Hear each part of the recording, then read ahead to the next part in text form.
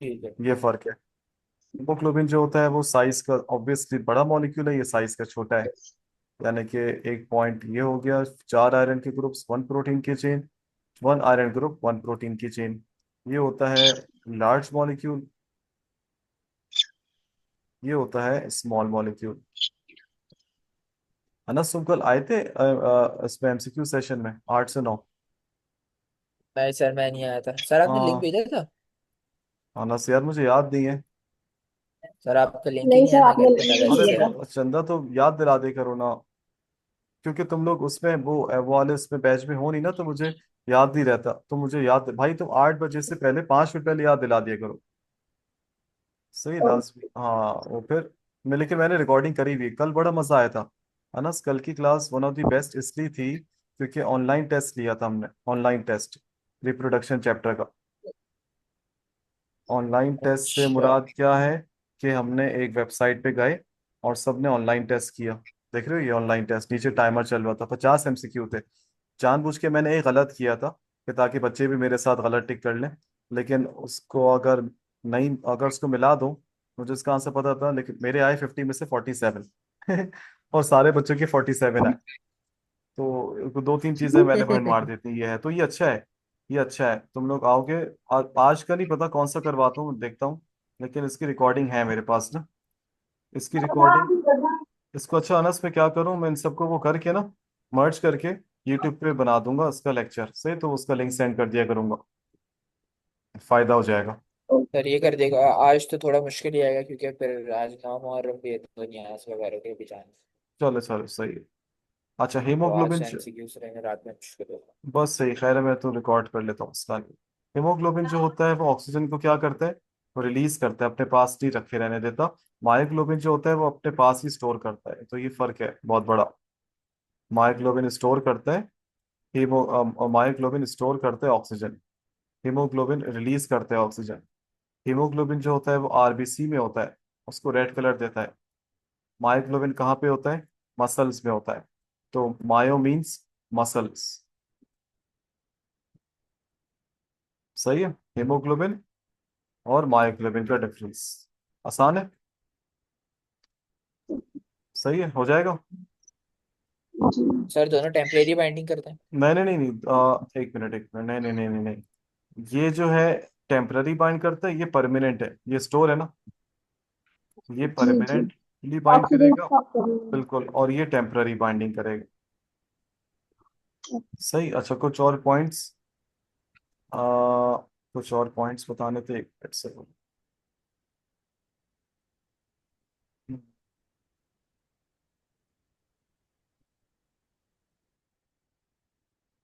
अच्छा, ये चीज एक और, एक खतरनाक गैस है जिसको कहते हैं बच्चों कार्बन मोनोऑक्साइड, आप लोगों ने नाम सुना होगा, CO।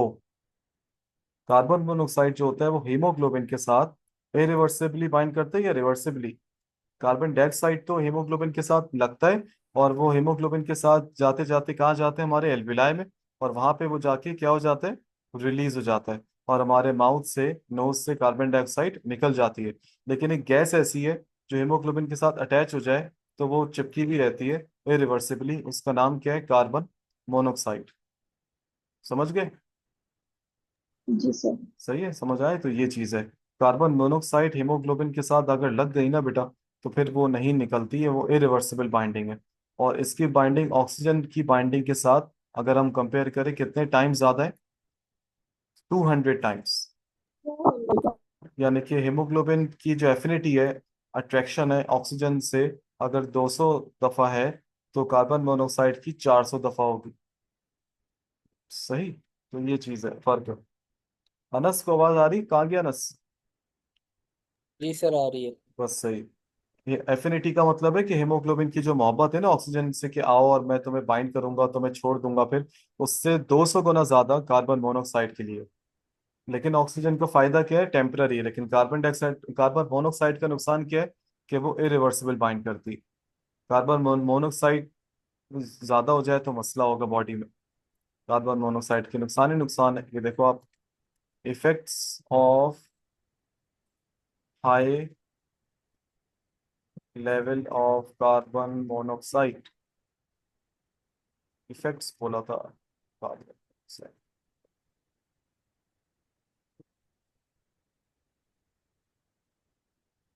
कार्बन मोनोऑक्साइड पॉइजनिंग कहते हैं इसको। टिश्यू डैमेज हो जाता है, सीरियस हेल्थ कंडीशन है, dizziness, headache, loss of consciousness, देख रहे हैं आप। तो ये कार्बन मोनोऑक्साइड है खतरनाक। ये मैंने बता दिया था बच्चों, डिफिकल्टी इन ब्रीदिंग को डिस्निया कहते हैं। ये भी बता दिया था कि अगर आपकी आर्टरीज में ऑक्सीजन की कमी हो जाए तो उसको क्या कहते हैं, माउंटेन सिकनेस। सर ये वाला पॉइंट समझ नहीं आया, affinity for the oxygen 200 times, ये एक दफा बता दो। हेमोग्लोबिन की जो एफिनिटी है, जो अट्रैक्शन है ऑक्सीजन के साथ बाइंड करने की, उससे 200 गुना ज्यादा कार्बन मोनोऑक्साइड के लिए। सर एक मॉलिक्यूल। एक मॉलिक्यूल जी। सोचो। अच्छा। और ये बाइंडिंग भी क्या कौन सी है, इरिवर्सिबल है। सही। सही। लंग्स में होते हैं प्लूरा, मैंने बताया था लंग्स के ऊपर होते हैं प्लूरल मेम्ब्रेन, प्राइटल प्लूरा और विस्ट्रल प्लूरा। तो उनमें अगर इन्फ्लेमेशन हो जाए तो उस कंडीशन को कहते हैं प्लूरिसी। प्लूरिसी। और इसका नतीजा क्या होता है, बहुत ज्यादा फ्लूइड आके एक्युमुलेट हो जाता है इन दोनों मेम्ब्रेन्स के दरमियान, extra fluid between two pleural membranes, जिसको हम आम लफ्जों में कहते हैं कि लंग्स में पानी भर गया। सही। तो ये मसला अच्छा। है, हाँ, प्लूरिसी। प्लूरिसी। देखो मैं आपको बताता हूँ, pleural membranes of lungs. Lungs की दो मेम्ब्रेन्स होती हैं। लंग्स की दो मेम्ब्रेन्स हैं, और बाहर वाली का नाम है पैराइटल प्लूरा, अंदर वाली का नाम है विसरल प्लूरा। सही। बाहर वाली प्राइटर, अंदर वाली विसरल। इन दोनों के दरमियान में जो फ्लूइड होता है उसको कहते हैं प्लूरल फ्लूइड। फिर बिल्कुल सही। और स्पेस को ये वाला कहते हैं इस नाम। अगर यहाँ पे बहुत ज्यादा फ्लूइड आ जाए तो प्लूरिसी हो जाएगी, सूजन हो जाएगी। तो प्लूरिसी भी अगर हम देखें, प्लूरिसी, इन्फ्लेमेशन हो जाती है। प्लूरिसी से मुराद, ये देखो इन्फ्लेमेशन कितनी सीवियर हो गई, रेडनेस आ गई। ये देखो आप, रेडनेस आ रही है, ये स्वेलिंग हो रही है। जी। ये हो गया मसला। तो ये हो जाते हैं मसले इसमें। अच्छा, अब आप और नीचे आ जाओ। डिफ्यूजन होता है transfer of gases from the region of high concentration to the region of low concentration. ये सिर्फ तभी इफेक्टिव होगी जब वो एरिया थिन होगा या थिक होगा। वो एरिया बहुत ज्यादा क्या होगा, थिन होगा। ऐसी है। हम्म, और तकरीबन कितना मिलीमीटर या उससे भी कम होना चाहिए डिफ्यूजन होने के लिए। 1। बिल्कुल। और एलविलाए भी तकरीबन इतने ही होते हैं, तभी आराम से वहां पे डिफ्यूजन हो जाती है। सही। लंग्स के अंदर जब एयर जाती है तो बेटा वो कौन सी ट्यूब उसको कंट्रोल करते हैं, उसके डिस्ट्रीब्यूशन को। तो आपका आंसर क्या है, ब्रोंकियोल्स। ब्रोंकियोल्स। एल्विलाई नहीं लिखना, वहां पे तो एक्सचेंज ऑफ गैसेस होता है, यहाँ लिखा हुआ है एयर डिस्ट्रीब्यूशन। राइट लंग कौन सा होता है, जो हमारे लेफ्ट पे होता है, और लेफ्ट लंग कौन सा होता है जो हमारे राइट पर होता है। लेफ्ट लंग छोटा होता है तो उसका वॉल्यूम कितना है, 44%। और जो हमारा लेफ्ट है और ऑफिशियली राइट होता है वो थोड़ा बड़ा होता है, उसका वॉल्यूम कितना परसेंट है, 56%।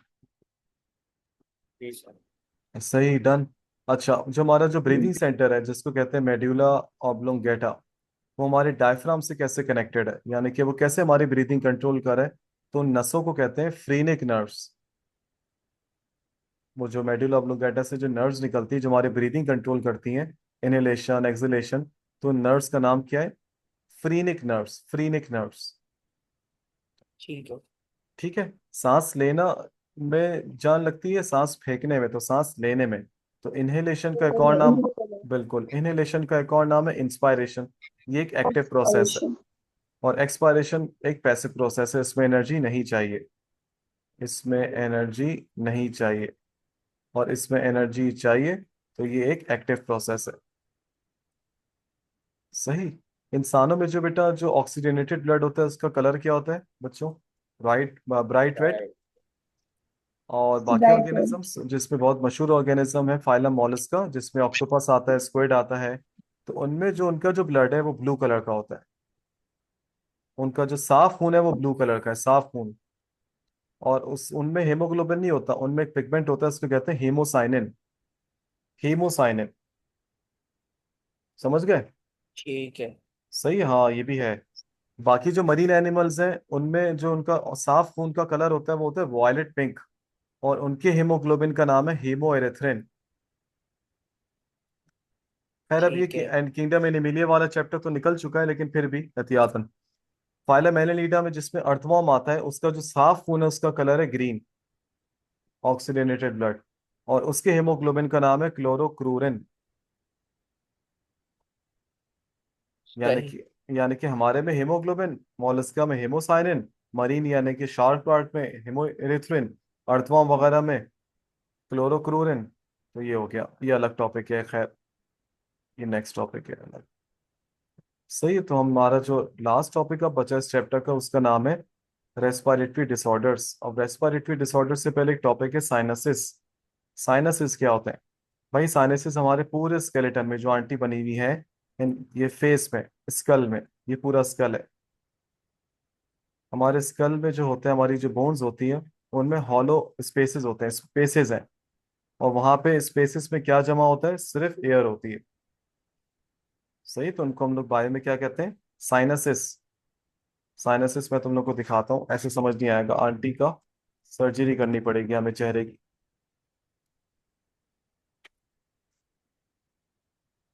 एक मिनट। 4 किस्म के साइनसिस हैं: फ्रंटल, मैक्सिलरी, एथेमॉइड, स्फिनॉइड। सबसे बड़ा साइनस कौन सा है, फ्रंटल या maxillary?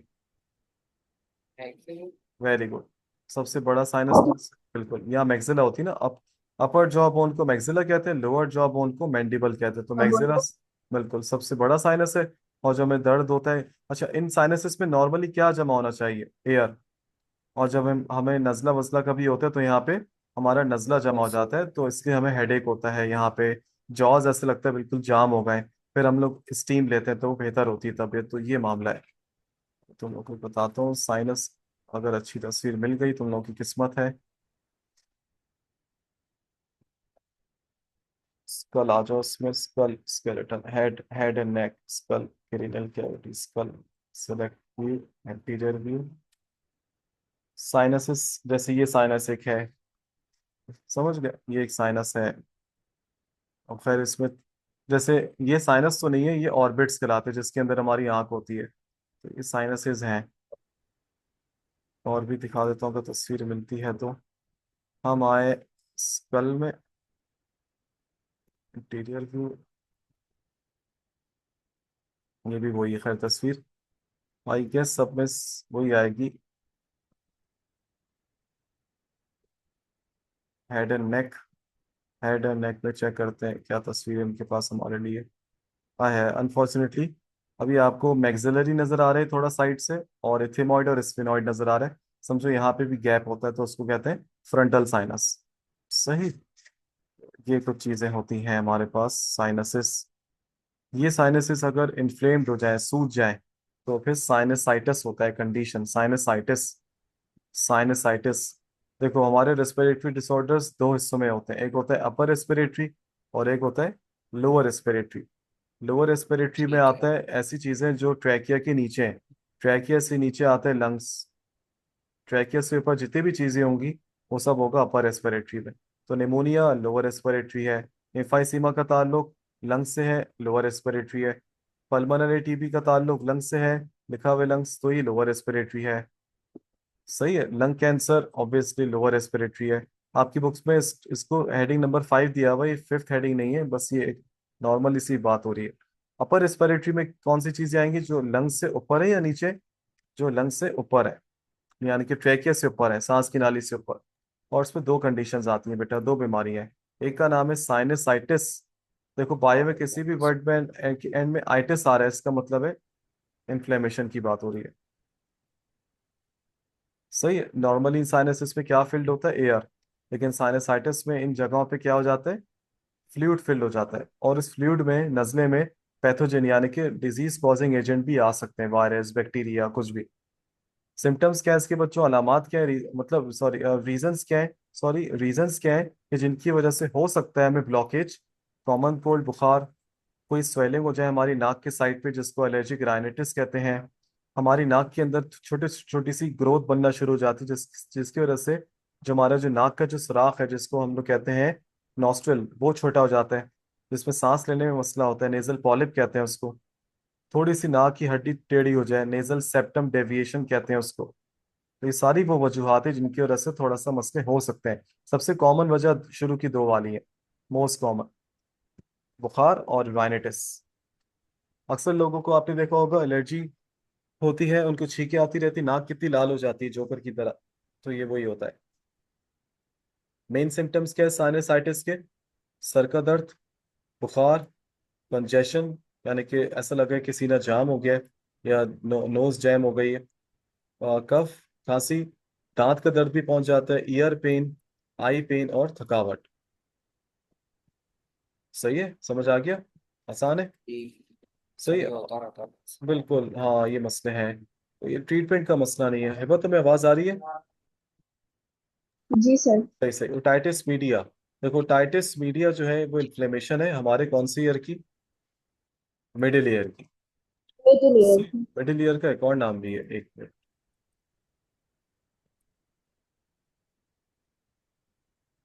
Middle ear is also known as tympanic cavity.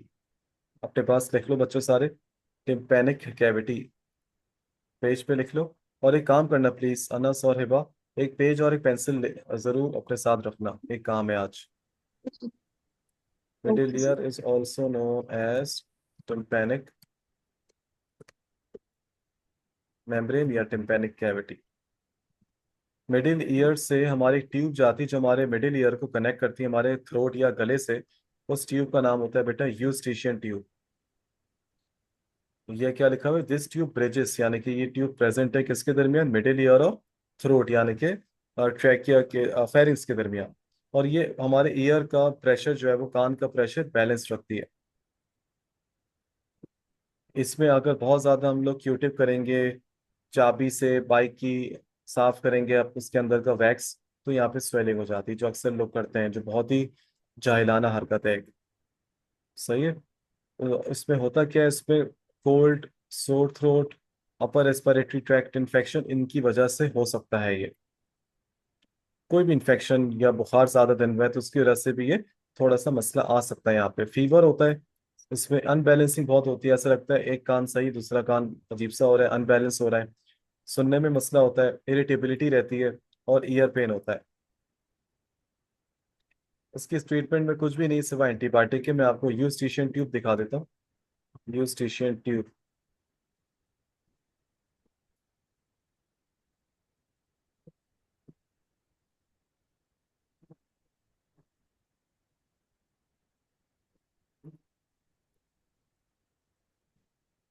Eustachian tube.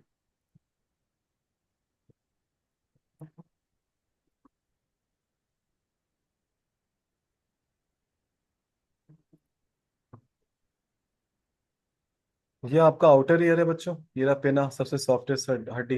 ये आपका मिडिल ईयर है, और ये आपका कौन सा होता है यहाँ से यहाँ तक? Inner ear. तो ये आप देखो देखो, ये मिडिल ईयर से जा रही है और ये आपके वहां तक जाएगी, थ्रोट तक। सही है। ये आपका ईयर ड्रम होता है, यहाँ पे साउंड वेव्स हिट करती है। तो समझो हमारी जो उंगली जाती है ना, वो समझो यहाँ तक तो जाती जाती है। और अगर हम क्यूटिप करें तो वो ईयर ड्रम तक छेड़ देती है। और इधर ही होता है वैक्स, और वैक्स हम लोग निकाल के समझते हैं हमने बहुत बड़ा तीर मारा है। वैक्स मौजूद होना चाहिए, थोड़ा बहुत ज़रूरी है, क्योंकि वो आपके बाहर की डस्ट को आपके ईयर ड्रम तक पहुंचने नहीं देता। और हम लोग पूरा कान साफ करवा देते हैं ईएनटी स्पेशलिस्ट से। सही है। जब भी कान साफ करवा किया उनसे तो ऐसा लगेगा हल्की सी आवाज भी आपको बहुत कान में चुभेगी। तो उसने पूरा पूरा ईयर वैक्स निकाल दिया है कान का। समझे अनस, हेबा? जी सर। तो वो ईयर वैक्स जी जरूरी है, सर। एक जरूरी चीज होती है। जैसे थोड़ा बहुत अगर वैसे ही आपको इरिटेशन हो रही है, आप थोड़ा सा खोपरे का तेल लो, जो हर ईएनटी, अच्छा एक ईएनटी यही कहेगा आपको, बहुत खुजली हो रहा है, बहुत खुजाने का दिल कर रहा है भाई, इचिंग हो रही है, तो आप थोड़ा सा आप इसमें आप खोपरे का तेल डाल दो, जैतून का नहीं। और ईयर वैक्स को बायो में हम लोग सेरोमेन कहते हैं, सेरोमेन, सेरोमेन। बस इतना ईयर वैक्स ना हो जाए कि वो बहुत ही ज्यादा ब्लॉकेज कर ले, थोड़ा ईयर वैक्स होना जरूरी है। सही। तो ये चीज होती है। अच्छा, निमोनिया। भाई देखो, निमोनिया में ऐसा सच कुछ इंपॉर्टेंट है नहीं। आप इसमें निमोनिया में ये कर लो कि निमोनिया की एक टाइप होती है लोबार निमोनिया, कि जिसमें लंग्स के लोब्स मुतासर हो जाते हैं। जैसे ये पूरा ठीक है, ये वाले लोग मुतासिर हो गए, तो ये लोबार निमोनिया है। सही है। ब्रोंकियल निमोनिया कौन सा होगा, जिसमें क्या अफेक्ट होगा आपका ब्रोंकाई, चाहे प्राइमरी हो या सेकेंडरी हो। आसान है, और इससे ऐसा कुछ भी नहीं आता, तो आप इसको ना भी करो तो सही है। ये कर लो बस काफी है। इन माइकोप्लाज्मा निमोनिया, माइकोप्लाज्मा ये किस्म होती है निमोनिया की जिसका नाम है माइकोप्लाज्मा निमोनिया। ये बताओ बच्चों, वायरल डिजीज है या बैक्टीरियल है निमोनिया? जी, आज दोनों बड़े सन्नाटे में घूम रहे हो। निमोनिया वायरल है या बैक्टीरियल है? जल्दी बता दो। वायरल। वायरल है। अनस? जी अना सर। अनस, तुम आज तो तुम सन्नाटे में घूम रहे हो। अनस, निमोनिया वायरल या बैक्टीरियल? वायरल। सर ये वायरल ही होगा।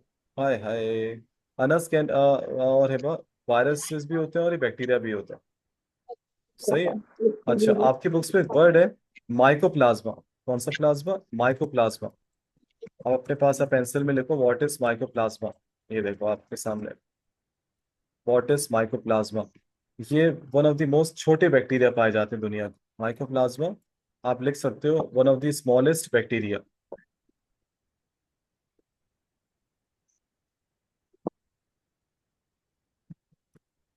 तो माइकोप्लाज्मा निमोनिया क्या होगा, बैक्टीरियल निमोनिया या viral pneumonia? Bacterial pneumonia. Bacteria बनाना। सही है। अगला आपके पास कौन सा है? टीबी। नाम सुना है टीबी? ट्यूबरक्लोसिस। जी सही। जी और जी। पल्मोनरी टीबी किससे मुराद है? लंग्स में हो रही है टीबी, और ये बैक्टीरियल इन्फेक्शन है। और इसका जो बैक्टीरिया है इसका नाम है माइकोबैक्टीरियम ट्यूबरक्लोसिस। मायो नहीं है, माइको है, माइको।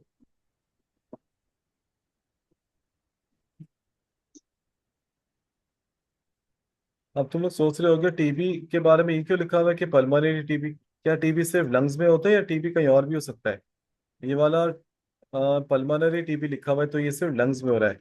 आपको पता है कि स्पाइनल कॉर्ड में भी हो जाता है टीबी। अनस आज बहुत खामोश है। सर मैं खामोश नहीं हूँ, असल में मेरे घर में ना थोड़ा सब आए हुए हैं, न्यास वगैरह का अच्छा हो अच्छा, रहा है। ओके ओके ओके ओके, सही सही। तो अनस इस मैं पीछे जरा शोर वोर भी है। कोई मसला नहीं, कोई मसला नहीं। अनस ये होता है स्पाइनल कॉर्ड का टीबी, ये देख। जी सही। मैंने रियल में देखा है। जी, ये बहुत है। हमारे वेट के वेट बिल्कुल, होता है। स्पाइनल कॉर्ड का टीबी है ये देखो, यानी कि टीबी का जो बैक्टीरिया है वो लंग्स में आ रहा है तो पल्मोनरी टीबी, स्पाइनल कॉर्ड में आ रहा है तो स्पाइनल सर वो जो ट्यूबरकुलोसिस। हम बनता है वो भी फिर इसी में आता है। नहीं वो बेटा, हंचबैक तो अलग चीज है। हम्म, हंचबैक एक अलग चीज है। वो एक आप कह सकते हो कि बर्थ डिफेक्ट है, वो अलग होता है थोड़ा सा। वो तो सब बैंड होता है ना वो तो। जी जी, ये कार्टून था हमारे बचपन का, हंचबैक ऑफ नॉटर डेम। हाँ अच्छा। तो ये जो है ना, ये एक नॉर्मल है, मतलब इसमें कोई और मसला नहीं है। समझ गए? यानी कि हंचबैक वाली कंडीशन हो जाती है स्पाइनल कॉर्ड के टीबी में। अच्छा अच्छा तो अच्छा। हर स्पाइनल कॉर्ड की टीबी में हंचबैक वाली कंडीशन तो होती है, लेकिन सही हर है। हंचबैक टीबी नहीं है। समझ गया? ये वही वाला मसला हो गया। ठीक है। इसको हम लोग काइफोसिस भी कहते हैं, काइफोसिस, काइफोसिस है ना। काइफोसिस सिर्फ आपका वर्टिब्रा थोड़ा सा जो है वो ज्यादा कर्व हो गया। हो गया। ठीक है। सही। और लिखा हुआ है मे और may not cause pain. Pain भी हो सकता है और ना भी हो, ये चीज है। अल्हम्दुलिल्लाह, अल्लाह ताला ने खैरियत से सब ठीक पैदा किया भाई, शुक्र अल्हम्दुलिल्लाह। इम्फाइसीमा बेटा, इम्फाइसीमा एक कंडीशन है जो कि बहुत ईयर्स ऑफ स्मोकिंग के बाद डेवलप होती है, यानी कि कैंसर नहीं है, इसकी वजह से कैंसर हो सकता है। और ये ठीक ग्रुप ऑफ है। डिजीजेस से बिलोंग करती है। उस ग्रुप ऑफ डिजीजेस का नाम है COPD, chronic obstructive pulmonary disease. Chronic का मतलब है ज्यादा ड्यूरेशन या कम ड्यूरेशन, तो क्रॉनिक का मतलब है बच्चों ज्यादा ड्यूरेशन। बहुत ज्यादा ड्यूरेशन। बिल्कुल। ऑब्स्ट्रक्टिव ज्यादा मतलब, ड्यूरेशन। बिल ऑब्स्ट्रक्टिव मतलब कोई भी चीज में ऑब्स्ट्रक्शन आ रही है। पल्मोनरी मतलब लंग्स, डिजीज मतलब बीमारी। तो सीओ, अब अगर आप चेक करो कि सीओपीडी में कौन कौन सी बीमारी आती है, सीओपीडी इंक्लूड्स विच डिजीजेस, बहुत सारी आएंगी। एम्फाइसीमा सबसे टॉप पर है। Bronchitis, asthma, bronchiectasis, alpha 1 antitrypsin deficiency, other lung disease, lung cancer भी आता है। तो बहुत बड़ी एक ये क्लास है। सर सही। यानी इसके अंदर बहुत सारी बीमारियां आती जी बिल्कुल। और इसका आप कैसे पहचानोगे एमसीक्यू में? इसमें एयर सैक डैमेज हो जाते हैं, एल्विलाई, तो कहीं भी लिखा हुआ एयर सैक या एल्विलाई डैमेज हो रहे हैं और लंग्स जो हो रहे हैं वो हार्ड हो रहे हैं, जबकि लंग्स होने चाहिए स्पंजी सॉफ्ट, तो ये समझ जाना कि इस बीमारी का जिक्र हो रहा है, एम्फाइसीमा। हाँ, सही। याद रखना। और इसमें आपके air air sac, alveoli, bronchi, bronchial tube सब इतने ब्लॉक हो जाते हैं, जो अंदर की एयर है वो अंदर ही रहती है, वेंटिलेशन नहीं हो पाती, आना जाना नहीं हो पाता। तो too much air inside the lungs, ठीक है। ये याद रखना। और ये इरिवर्सिबल कंडीशन है, ये ठीक नहीं होती।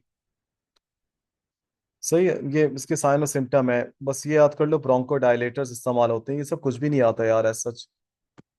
लंग कैंसर, लंग कैंसर से अच्छा मैं आपको एक बेसिक टॉपिक बता देता हूँ, कैंसर क्या चीज होती है, उसी में सब समझ में आ जाएगा। देखो ये आपको एक टिश्यू है, क्या है बच्चों? ये एक टिश्यू है, टिश्यू मिलके बनता है सेल से। जी। नॉर्मल सेल्स आराम से डिवाइड हो रहे हैं अनस हिबा। जी। जी अब सर। जरा ये हर सेल के अंदर न्यूक्लियस भी बना दिया, डॉट डॉट, ये नॉर्मल डिवीजन हो रही है। सही है, जिसको माइटोसिस कहते हैं। माइटोसिस कंट्रोल वाली हो रही है या अनकंट्रोलेबल? आप कहोगे सर कंट्रोल में। अब तो एकदम किसी भी वजह से, आज तक कैंसर का कोई कॉज नहीं पता चला, किसी भी वजह से ये सेल्स पागलों की तरह डिवाइड होना शुरू हो जाए। और इन सब सेल्स की खास बात क्या है? आप लोगों को लग रहा होगा कि है तो एबनॉर्मल, इनके पास न्यूक्लियस नहीं होगा। हर एक के पास न्यूक्लियस है। बताओ जरा, हर एक के पास क्या है? न्यूक्लियस है। लेकिन अब ये जो डिवीजन हुई है, अब ये जो डिवीजन हुई है वो अनकंट्रोलेबल है या कंट्रोलेबल है? आप कहोगे अनकंट्रोलेबल है। अनकंट्रोलेबल। ये अनकंट्रोलेबल माइटोसिस है। और ये सेल्स में न्यूक्लियस भी है। कोई भी हमने फूड लिया, इंटेक किया, कोई भी हमने न्यूट्रिएंट इंटेक किया, अब आप मुझे बताओ, पहले तो इन सेल्स को भी फूड वूड जा रहा था हर चीज, अब किन सेल्स को जा रहा है? कोई भी मैं फूड ले रहा हूँ, अब वो इनको जा रहा है। बताओ जरा। जब इन्हीं को ज्यादा जाता रहेगा फूड, तो इनकी तादाद और बढ़ती रहेगी, समझ गए? जी। मैं कैंसर नहीं बता रहा हूँ, अभी मैं बेसिक चीज बता रहा हूँ। और ये इवेंचुअली हमारे जो नॉर्मल सेल्स हैं, वो आहिस्ता आहिस्ता क्या होते रहेंगे? खत्म होते रहेंगे। समझ गए? खत्म। जी। तो अब ये जो ग्रोथ हो रही है, ये जो अनकंट्रोलेबल ग्रोथ हो रही है, इसको क्या बोलेंगे? जो ग्रोथ हो रही है, अनकंट्रोलेबल ग्रोथ, इस ग्रोथ को हम लोग बायो में कहते हैं ट्यूमर। ट्यूमर। क्या कहते हैं? ट्यूमर। ट्यूमर। ट्यूमर। ट्यूमर दो किस्म का होता है, अगर ये ग्रोथ इधर ही है तो मैं कहूंगा ये एक ही जगह पर है। तो ऐसे ट्यूमर को कहते हैं बिनाइन ट्यूमर, जो अपनी जगह पे ही है, किसी एक टिश्यू पर ही है। और अगर ये स्प्रेड कर रहा है तो ये खतरनाक है। इसको क्या कहेंगे? मैलिग्नेंट। क्या कहेंगे? मैलिग्नेंट। तो मैलिग्नेंट ट्यूमर क्या होता है? जो अपनी जगह पे रहे या स्प्रेड हो जाए, बाकी टिश्यूज में स्प्रेड। स्प्रेड हो जाए। और स्प्रेड जब हुआ। अपनी जगह पे रहे, जिसको हम कहते हैं सिसाइल, मूव नहीं कर रहा, अपनी जगह पर ही है, तो वो कहेगा बिनाइन। इनमें से बदमाश कौन सा है? मैलिग्नेंट। क्यों? क्योंकि ये बाकी टिश्यूज में भी जा रहा है। इसी को हम लोग बायो में कैंसर कहते हैं। तो सर असल जो में, एक ज्यादा। सेल वाला होता है वो नहीं आता कैंसर? नहीं नहीं नहीं, what is cancer? Cancer is malignant tumour या बिनाइन ट्यूमर। Malignant tumour. बिल्कुल, मैलिग्नेंट। ये मसला होता है। तो लंग कैंसर भी देखा जाए मैलिग्नेंट है, क्योंकि लंग कैंसर में अगर आप देखो सिगरेट के पैकेट्स में, तो उस पे पाँव बना हुआ रहता है। सही है। लंग कैंसर में अगर आप देखो एक कंडीशन हो जाता है, यानी कि वो पाँव तक फैल रहा है, तो उसको गैंग्रीन, गैंग्रीन। ये देखो, काफी तो पिक्चर्स गूगल ने कहा कि नहीं यार, ये बच्चों के देखने की नहीं है, ये आप देख लो। अभी हम, ये देखो आप, उसको छोड़, ये देखो आप। सही है, तो ये मसले हैं। अनस, तुम्हारा एक सवाल। You there Anas? जी जी जी सर, सुन रहा हूँ, बोलो। आ,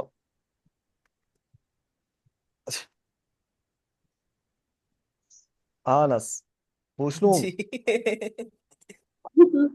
एक मिनट देख लेते हैं भाई। While e cigarettes do not contain tobacco, ठीक है, e cigarettes generally have lower levels of carcinogens. Carcinogens वो एजेंट्स होते हैं जो कैंसर कॉज करते हैं।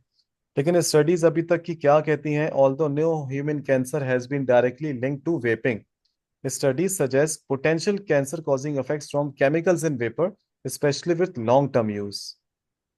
समझ गए? ठीक है। तो जी इतना जी। नहीं है, लेकिन चंदा उसके अंदर जो केमिकल्स हैं वो कैंसर कॉजिंग इफेक्ट्स, तो मैं कहूंगा 1-2% तक तो है। और अगर लंग कैंसर सबसे अगर ज्यादा होता है तो आपको पता है वो तो स्मोकिंग है, जो कन्वेंशनल मेथड है, पुराना मेथड स्मोकिंग, जिसमें टोबैको बड़ा मसला है। टोबैको में कितने एजेंट्स होते हैं कार्सिनोजेनिक? बताता हूँ, एक सेकेंड। टोबैको, कहाँ गया टोबैको? 14 आई गेस, लिखा था यार इसने। टोबैको टोबैको, आई गेस इसने इस लेक्चर में लिखा था।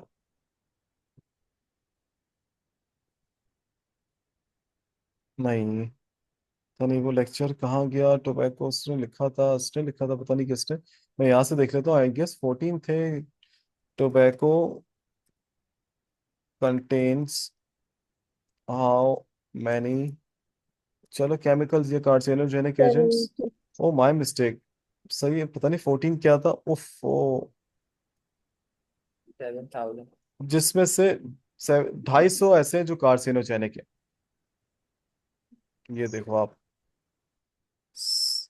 मोर देन 70, मतलब बहुत सारे हैं, क्या क्या गूगल की हर चीज। तो ये चीज है। अच्छा बच्चों, अब अपने पास एक निकालो पेन पेपर। सही,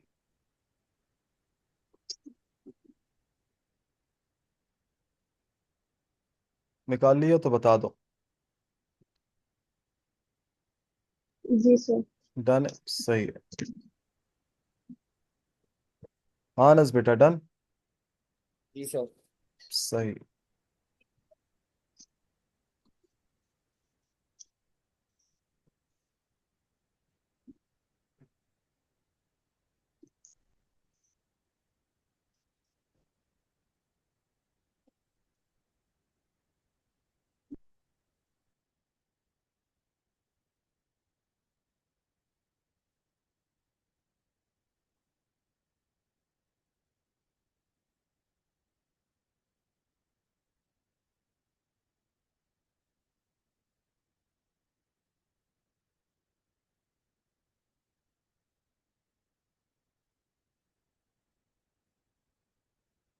पहला सवाल,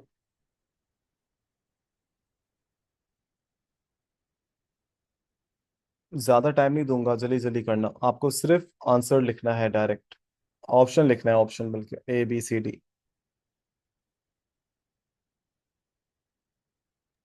सर सॉल्व करना ही है। बिल्कुल सॉल्व करना है, जल्दी जल्दी, शाबाश।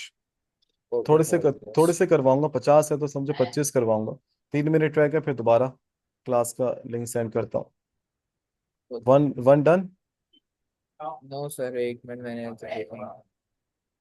Hiba one just. डन।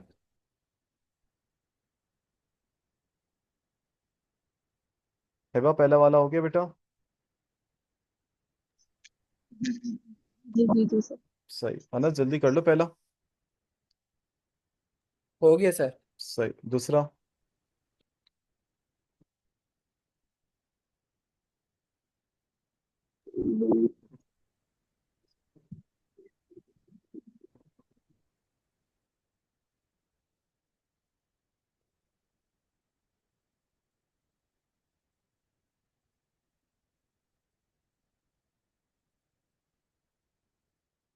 तीसरा।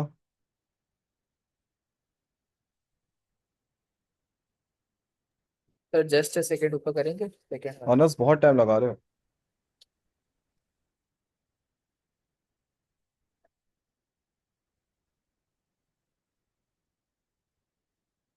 चलो शाबाश, तीसरा।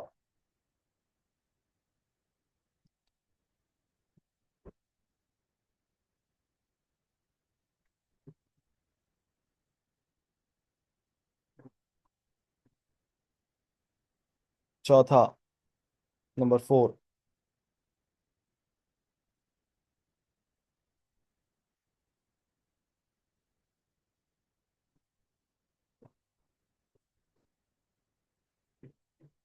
Number 4 done. Number 5, respiratory surface किन गैसेस की दोस्त होती है? ये पूछा है इसमें, दोस्त सर होती है। हाँ, दोबारा। क्या चीज? 4। ए बाब, इतना टाइम नहीं है बेटा, इतना टाइम नहीं। बहुत फास्ट करते हैं इसको, एप्टीट्यूड है ये। बस number 4 done. Number 5, respiratory surface किन गैसेस की दोस्त होती है?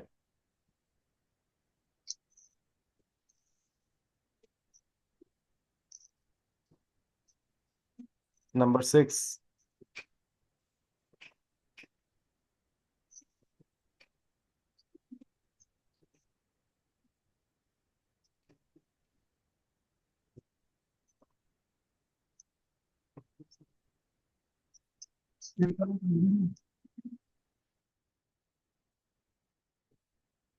डन। Number 6, number 7। जी सर। 1 मिनट रह गया, फिर मीटिंग दोबारा भेजता हूँ। नंबर 7, नंबर 8 वाला भी कर लो।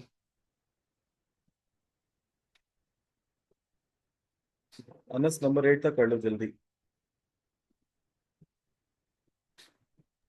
जी सर डन। डन, चल अब मैं मीटिंग दोबारा भेज रहा हूँ। 8 डन बेटा। जी सर। जी जी। बस सही है।